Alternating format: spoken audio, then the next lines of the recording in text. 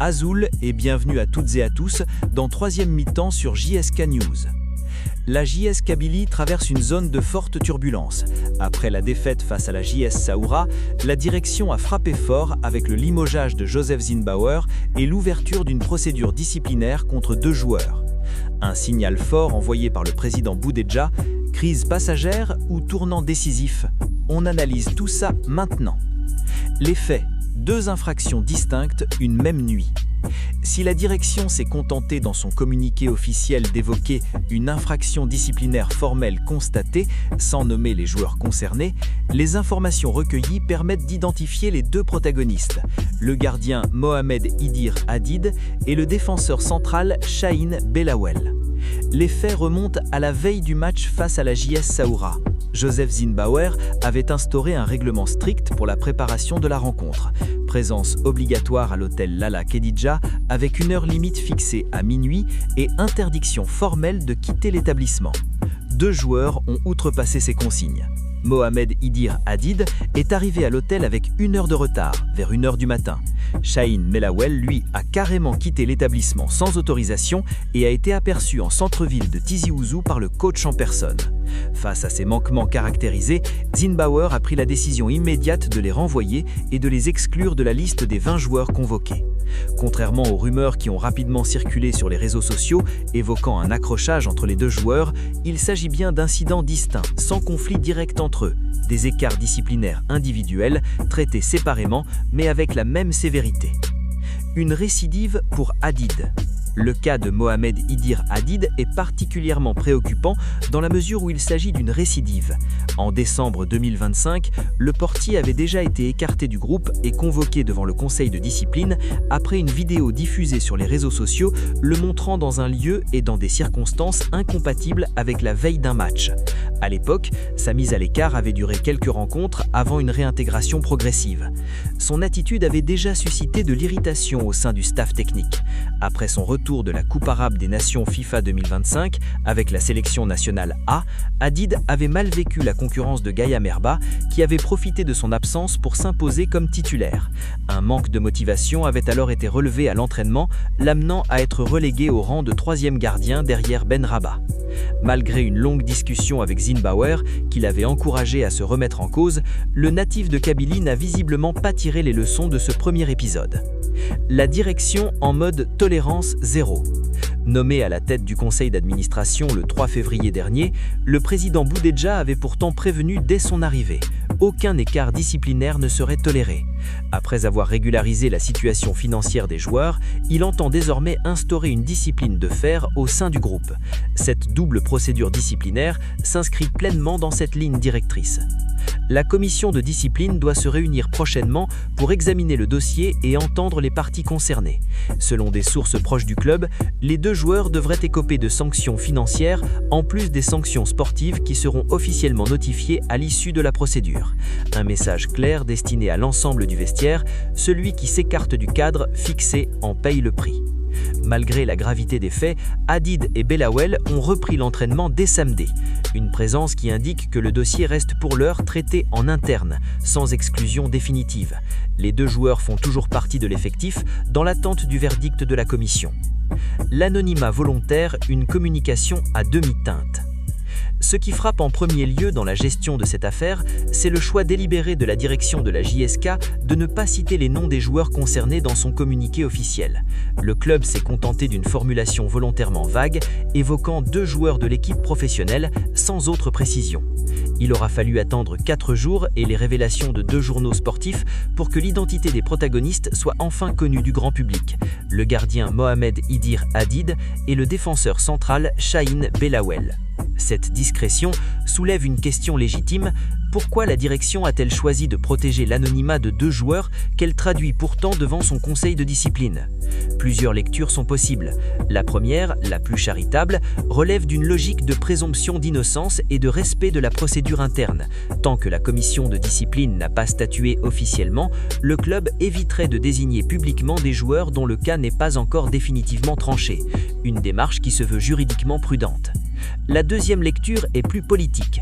En ne citant pas les noms, la direction envoie un message de fermeté à l'ensemble du vestiaire, tout en évitant d'exposer médiatiquement deux éléments qui font encore partie du groupe et avec lesquels elle devra continuer à travailler. Stigmatiser publiquement des joueurs encore sous contrat comporte ses risques, notamment celui de fracturer définitivement la relation entre le staff et les intéressés. Une troisième hypothèse, moins flatteuse pour la direction, pointe vers une gestion d'image. Dans un club déjà fragilisé par une saison décevante, le limogeage de son entraîneur et des résultats en berne, exposer nommément deux joueurs dans une affaire disciplinaire aurait pu alimenter davantage la polémique et braquer les projecteurs sur un vestiaire visiblement difficile à maîtriser. Quoi qu'il en soit, le silence officiel n'aura pas résisté longtemps à la pression de la presse sportive. En choisissant la communication à demi-teinte, la direction de la JSK a finalement obtenu l'effet inverse de celui escompté. Les noms ont fuité, les spéculations ont enflé sur les réseaux sociaux pendant plusieurs jours et l'affaire a pris une ampleur bien supérieure à ce qu'une communication transparente dès le départ aurait pu provoquer. Un paradoxe qui interroge une fois de plus la maturité communicationnelle d'un club qui peine à maîtriser sa narration dans les moments de crise. Une affaire disciplinaire symptomatique d'un malaise profond. À première lecture, l'affaire qui secoue la JS Kabylie pourrait sembler anecdotique. Deux joueurs qui ne respectent pas un couvre-feu hôtelier la veille d'un match. Des faits banals dans le monde du football professionnel, réglés en interne dans la grande majorité des clubs. Pourtant, à y regarder de plus près, cet incident cristallise à lui seul l'ensemble des dysfonctionnements qui minent le club kabyle depuis plusieurs mois. Le premier enseignement est d'ordre humain. Que deux joueurs professionnels, payés pour performer et représenter l'un des clubs les plus historiques d'Algérie, se permettent de violer ouvertement les consignes de leur entraîneur la veille d'un match, dit long sur l'état d'esprit qui règne dans le vestiaire. Ce n'est pas un accident isolé, c'est le signe d'un groupe qui a perdu le sens des responsabilités collectives dans lequel l'intérêt individuel a pris le dessus sur la discipline de groupe. Et lorsque ce relâchement touche simultanément plusieurs joueurs, il cesse d'être un problème individuel pour devenir un problème collectif, voire institutionnel. Le deuxième enseignement concerne la récidive. Le cas de Mohamed Idir Hadid est particulièrement éloquent. Ce gardien avait déjà fait l'objet d'une procédure disciplinaire en décembre 2025 après une vidéo compromettante diffusée sur les réseaux sociaux. Il avait été sanctionné, écarté temporairement avant d'être réintégré. Quelques semaines plus tard, il récidive avec une absence non justifiée à l'hôtel en pleine préparation de match. La question qui s'impose naturellement est celle de l'efficacité des sanctions prononcées lors du premier épisode. Ont-elles été suffisamment dissuasives? La réintégration a-t-elle été trop rapide, trop clémente au point de laisser croire à l'impunité? Une direction prise entre fermeté affichée et communication défaillante. Le deuxième niveau d'analyse porte sur la direction elle-même et sur sa gestion de la crise. Le président Boudedja, arrivé le 3 février dernier, a hérité d'une situation délicate et s'est immédiatement positionné sur le registre de la rigueur et de la discipline. Régularisation financière des joueurs, tolérance zéro annoncée publiquement, procédure disciplinaire engagée sans délai, les intentions affichées sont louables et témoignent d'une volonté réelle de remettre de l'ordre. Pourtant, la gestion communicationnelle de cette affaire révèle une contradiction fondamentale. D'un côté, la direction revendique la transparence et la fermeté, de l'autre, elle publie un communiqué volontairement opaque, sans nommer les joueurs concernés, laissant le terrain libre aux rumeurs et aux spéculations pendant 4 jours. Ce n'est qu'à travers 2 journaux sportifs que les noms de Hadid et Belawel ont finalement été révélés au public.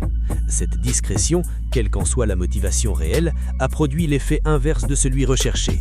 Au lieu de maîtriser le récit, la direction l'a subi. Les réseaux sociaux se sont enflammés avec des versions contradictoires, certaines évoquant à tort une bagarre entre les 2 joueurs.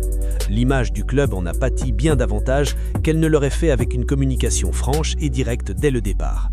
On peut légitimement se demander si cette pudeur communicationnelle reflète une stratégie réfléchie ou simplement une absence de doctrine claire en matière de gestion de crise. Le paradoxe Zinbauer, sanctionné au nom d'un entraîneur déjà limogé. Le troisième angle d'analyse est peut-être le plus révélateur des tensions internes qui traversent le club. Joseph Zinbauer a été limogé immédiatement après la défaite face à la JS Saoura. Pourtant, c'est précisément sur la base des règles qu'il avait instaurées et de sa réaction face aux manquements constatés que la direction a engagé les procédures disciplinaires contre Hadid et Belawel. Il y a dans cette séquence une forme de paradoxe institutionnel difficilement ignorable. Le club renvoie son entraîneur tout en validant et en prolongeant ses décisions disciplinaires. Cela signifie que la direction reconnaît implicitement que Zinnbauer avait raison sur le fond, qu'il avait identifié de vrais problèmes de comportement au sein du groupe, tout en estimant qu'il n'était plus la personne adéquate pour les résoudre sur le plan sportif. Une position qui, si elle est compréhensible dans son principe, soulève des interrogations sur la cohérence du management du club. Comment un entraîneur peut-il exercer une autorité crédible sur son groupe lorsque les joueurs savent ou pressentent que sa position est fragilisée en haut lieu ? Un contexte sportif qui aggrave tout. Aucune analyse de cette affaire ne peut faire l'économie du contexte sportif dans lequel elle s'inscrit. La JSK occupe la 10e place du championnat avec 28 points après 20 journées. Le titre est mathématiquement encore possible, mais pratiquement hors de portée, le MC Alger ayant creusé un écart considérable. La Coupe d'Algérie est perdue. La Ligue des champions africaine s'est soldée par une élimination précoce. La saison, portée par des ambitions élevées et des investissements conséquents de Mobilis, ressemble aujourd'hui à un naufrage collectif. C'est dans ce contexte d'échec généralisé que les incidents disciplinaires prennent une toute autre résonance. Quand une équipe gagne, les écarts de comportement sont souvent minimisés, voire ignorés. Quand elle perd, ils deviennent le symbole de tout ce qui ne va pas. L'affaire Hadid-Belawel est ainsi instrumentalisée, consciemment ou non, comme un signal fort adressé à l'ensemble du vestiaire, à un moment où le club cherche désespérément à redresser la barre pour sauver à minima une qualification continentale. Conclusion, des questions qui restent ouvertes. Au terme de cette analyse, l'affaire disciplinaire qui touche la JS Kabylie appelle plusieurs interrogations objectives que ni les communiqués officiels ni les articles de presse n'ont jusqu'ici véritablement tranchées. La première est celle de l'autorité réelle au sein du club. Qui décide véritablement à la JSK ? Si un entraîneur peut être limogé le soir même d'un match tout en voyant ses décisions disciplinaires poursuivies et validées par la direction, quel message cela envoie-t-il aux joueurs sur la chaîne de commandement réelle du club ? La deuxième interrogation porte sur l'efficacité du modèle disciplinaire appliqué. La sanction financière, régulièrement évoquée comme outil de régulation du comportement des joueurs, a-t-elle démontré sa pertinence dans le cas de Hadid, qui récidive malgré une première procédure ? Une sanction qui ne dissuade pas invite à s'interroger sur sa nature, son quantum et les conditions de réintégration qui l'accompagnent.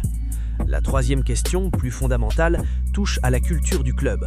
Comment un effectif censé porter les ambitions d'un grand club historique en est-il arrivé à un tel niveau de relâchement collectif au point que plusieurs joueurs s'autorisent des comportements incompatibles avec le professionnalisme élémentaire que leur statut exige ? Est-ce un problème de recrutement, de management, de leadership interne ou de climat général délétère au sein du vestiaire ? Enfin, la question la plus urgente reste celle de l'avenir immédiat. La direction annonce un grand chantier pour la saison prochaine, un nettoyage en profondeur de l'effectif et un mercato ambitieux. Mais bâtir une grande équipe ne se résume pas à recruter de grands joueurs. Cela suppose d'abord de reconstruire une culture de groupe, un cadre d'exigences partagées et une autorité institutionnelle crédible et cohérente. Sans cela, les mêmes causes produiront inévitablement les mêmes effets, quels que soient les noms inscrits sur la feuille de match. La JSK a les moyens de ses ambitions. La vraie question est de savoir si elle en a désormais la méthode. C'est la fin de ce nouveau numéro de 3e mi-temps sur JSK News. Merci à vous de nous avoir suivis. Abonnez-vous, likez la vidéo et activez la cloche pour ne rien manquer de toute l'actualité de JSK. On se retrouve très bientôt pour un nouveau décryptage. D'ici là, restez connectés et vive la JSK. Tenmirt.